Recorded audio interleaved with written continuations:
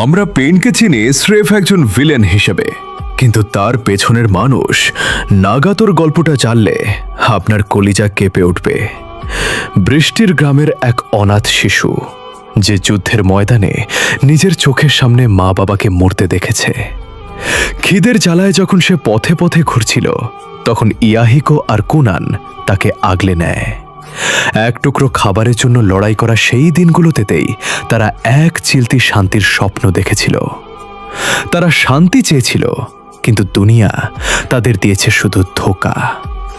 যখন নাগাতোর চোখের সামনে তার সবচেয়ে প্রিয় বন্ধু ইয়াহিকো আত্মহত্যা করতে বাধ্য হল, তখন তার ভেতরের সেই নিষ্পাপ ছেলেটি মরে গিয়ে জন্ম নিল এক দানব, যার নাম পেইন।